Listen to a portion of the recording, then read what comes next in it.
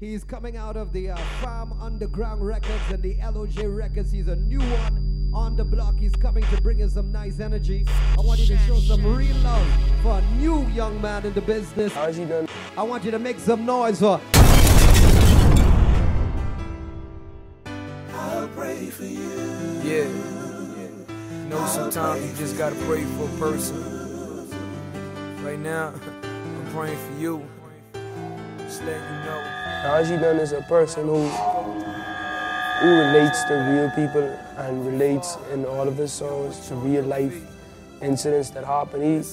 He shares his experience with other people so they can know that it's a real world there. So people go through experiences, and if he can overcome them, you should be able to overcome them too.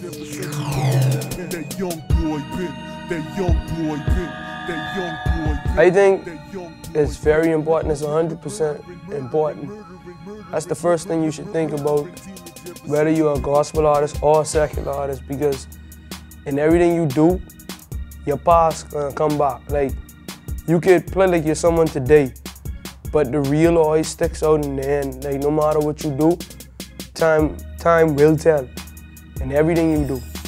So you could pretend to be a certain way. Let's put in, for instance, there's this girl you know, and you take her out, you nice, you take her to the movies, you open doors in the beginning of the relationship, but in the end, you wanna get married, and she don't see the man she fell in love with simply because that was not you in the beginning. You just was putting on the front together, you got her, so you relax now. So the best approach would be to be real. If dying you to open up the door type, don't open up the door. That's the way I see it. If she don't like you for who you are, you gotta get the person to know you. And I compared that situation to like being real as an artist, simply because, like I said, like if I say, oh, I'm from the streets, I'm from the streets, I'm from the streets, or whatever, there could be someone who know me, someone who really know me. And people envy, people get jealous, so they'll be like, nobody knows you from this place. I can show you where you grew up, they can do videos, they can show people. Same incident with happened with current artists, I'm not calling any names, but current artists in the secular industry and in the gospel industry. So, I mean, like I said, I think it's 100% to be real, so that's something you just can't forget to do. You have to do that. Man, it's the song that I was talking about. Everybody get your hands up, come on, bring them up. Hey, the game is now over, got a mind of a genius and a heart of a true soldier. If you down with me, boy, get your hands up. If you down with me, boy, get your hands up. East side, west side, left, right, come on. Bounce with me, y'all. That is the song that I was talking about. Everybody get your hands up. There was this one time I went, I think it was California, where I went to California and we had a show. That's when I just started working with Monty G and other LOJ affiliates. We was in California. Everybody went inside or whatever, inside the place where we were staying, and I was outside talking on the phone. And me not being from around there, and people not understanding what I'm saying, they think what I'm saying is a whole other different thing. Like, if I be like, boy, they'll think boy is a weapon or something. So I was on the phone and then, but yeah, what's going on, or whatever. And it's like, in the middle of the conversation, I saw a bunch of police pull up or whatever, but I thought they was just coming to the neighbors or something, but they approached me and they was like, what's going on here? You have a gun on you? And they started searching me and asking me questions and what I doing around there, trying to tell them I'm staying around there. If I'm staying around there, where do I live? What's the phone number to the place? I don't know nothing, I'm just out there. I trying to convince them to, you know, knock on the people's door, let them know what's going on, but they don't want to hear that.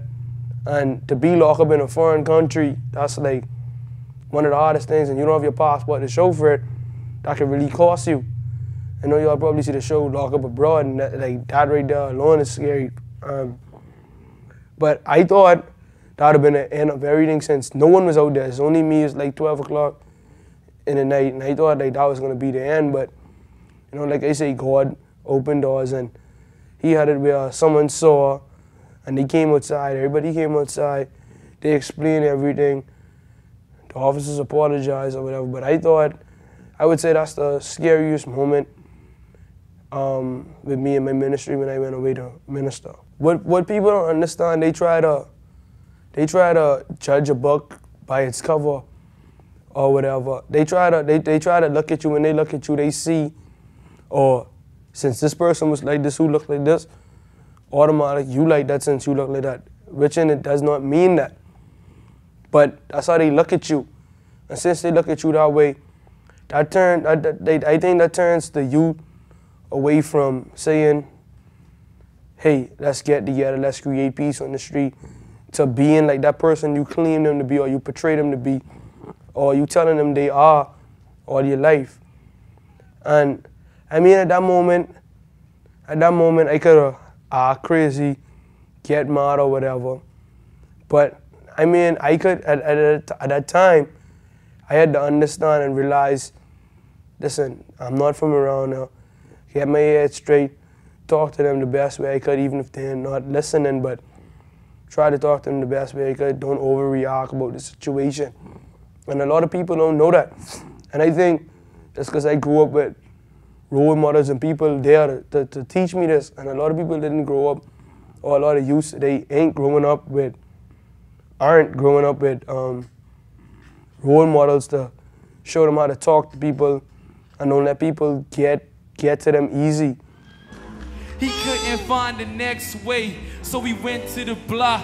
Started hanging out with them boys with those Glocks. Money wasn't a thing, he was getting paper fast. Wanted more, so we got the dough from his dad's stash. Got a bunch of money now, everything's going good. His folks got money, but he stay in the hood. He know he doing wrong, nightmares every night.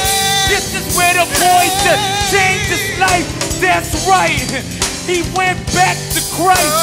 This is where the boy just picked up the mic. Being a King's kid, it means a lot to me. You know, that I could carry the name and carry the honor and what comes with it. But at the same time, it could always be closer. And the journey that I'm on right now, it's a good journey getting there. So I would say it's a good experience. It's good.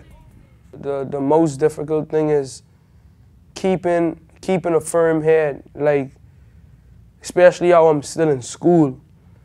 The temptations that are in school alone, that would be the hardest. That would be the most difficult thing. Like you get temptations from sex, drugs, all sorts of things, violence. It's like, and not only with that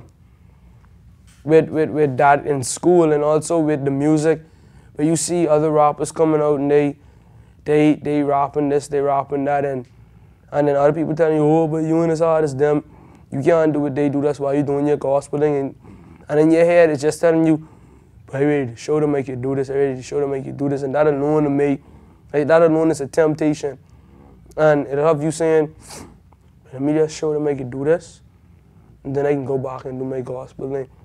But at the same time, you can't do that, because you got to keep your head straight and make sure if this what you stand for, stay standing for it. Don't sit down for a while. Don't take a break. Stay standing for what you standing for.